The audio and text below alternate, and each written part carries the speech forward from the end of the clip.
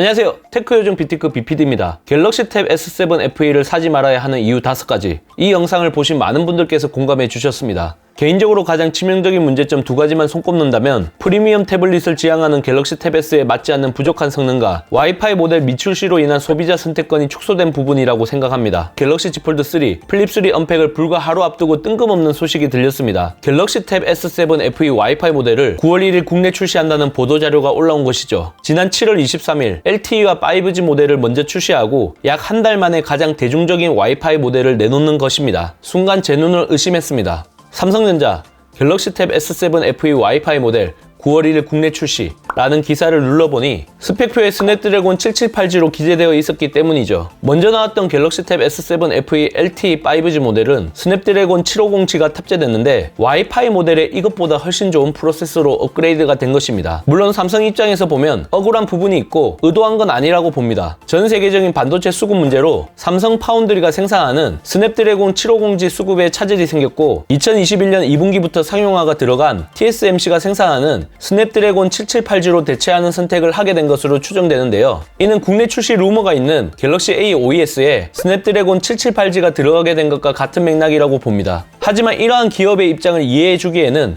소비자가 겪어야 하는 상대적 박탈감이 너무 큽니다. 양산계획 수립을 위해 적어도 출시 2-3달 전에는 이와 같은 모바일 AP 2트랙 판매 계획을 세워놓았을 가능성이 큽니다. 그런 상황에서 갤럭시 탭 S7 FE LTE 5G 모델의 대대적인 사전 예약을 진행했다는 건 사실상 소비자 기만 행위라고 볼 수 있습니다. 게다가 예상보다 높은 출고가를 책정하고 20%에 달하는 할인율을 앞세워 구매자의 착각으로 비합리적 소비를 유도하는 앵커링 효과까지 노렸습니다. 와이파이 모델이 추후 출시될 예정이라는 문구 정도만 있었을 뿐 이와 같은 사양 차이가 발생한다는 것은 이런 방구도 없었습니다. 만약 반도체 수급 문제로 이와 같은 스펙 차이를 피할 수 없었다면 모든 모델의 사양을 사전 고지해 소비자가 선택할 수 있게 했어야 합니다. 하지만 그렇지 않았다는 점은 어떻게든 마케팅 효과를 앞세워 초기 판매량을 높여보겠다는 속내가 있었던 거죠. 과거 아이패드 3세대가 출시된 지 7개월 만에 단종되고 신제품이 출시되어 토사구 패드라는 흑역사가 기록된 바 있습니다. 갤럭시 탭 S7 FE는 불과 한 달 만에 이와 같은 만행을 저질렀다는 점에서 충격이 이만저만이 아닙니다. 단기적인 성과에 매몰되어 팬들의 기대를 저버리고 심지어 배신감까지 들게 만든 행위를 한 것은 도저히 이해가 되지 않는 부분입니다. 심지어 커뮤니티에서는 정책상 한 달 이내 무료 반품을 제공하는 쿠팡에서 갤럭시 탭 S7 FE 사전 예약을 받지 않았던 게 이러한 내용이 공유됐던 게 아니었을까 하는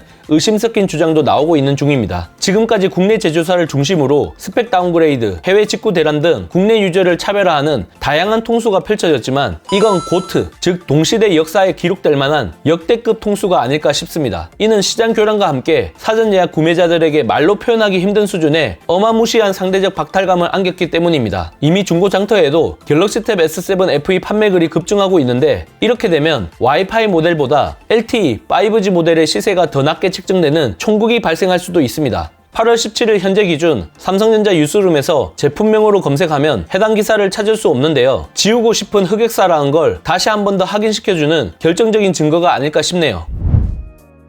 그렇다면 스냅드래곤 750G와 7780G의 성능 차이는 어떻게 될까요? 크게 보면 둘 다 7 시리즈에 속하지만 체감되는 성능 차이는 상당합니다. 이를 쉽게 확인할 수 있는 비교 모델이 있으니 바로 갤럭시 A OE와 갤럭시 A OES입니다. 전자는 스냅드래곤 750G가, 후자는 스냅드래곤 778G가 탑재됐는데 긱벤치 결과를 보면 싱글 스레드는 20%에서 30%, 멀티 스레드는 무려 40%에서 50%가 향상되었습니다. 아예 체급 자체가 다르기 때문에 비교 상대가 될 수 없는 거죠. 참고로 2020년 초에 출시된 갤럭시 Z 플립이 스냅드래곤 855가 탑재됐는데 GPU 성능은 스냅드래곤 778G가 다소 떨어지지만 CPU 성능은 오히려 조금 더 앞선 것으로 확인되고 있습니다. 또한 삼성 파운드리 8나노 공정의 스냅드래곤 750G보다 TSMC 6나노 공정의 스냅드래곤 778G가 아무래도 전력 효율이 더 좋기 때문에 전성비에서도 앞선다고 봐야겠죠. 정리해보면 갤럭시 탭 S7 FE LTE 5G 모델과 갤럭시 탭 S7 FE 와이파이 모델은 최소 1년의 갭이 존재한다고 볼 수 있고요. 이는 구형과 신형으로 구분될 수 있을 정도의 큰 성능 차이를 가집니다. 이번에도 20%에 달하는 사전 예약 할인이 적용된다면 갤럭시 탭 S7 FE 와이파이 모델을 구매하는 건 충분히 고려해 볼 수 있을 것 같습니다. 120Hz 주사율을 지원하지 않는 게 치명적인 단점이지만 성능의 아쉬움이 해결되면서 가성비가 좋아졌습니다. S펜을 지원하는 12.4인치 대화면 안드로이드 태블릿에 무선으로 듀얼 모니터처럼 쓸 수 있는 세컨드 스크린 기능도 제공합니다. 64기가 모델은 4기가 램이 탑재되며 그린, 핑크, 실버, 세 가지 색상의 가격은 64만 9천원입니다. 128기가 모델은 6기가 램이 탑재되며 그린, 핑크, 블랙 세 가지 색상의 가격은 71만 9,400원입니다.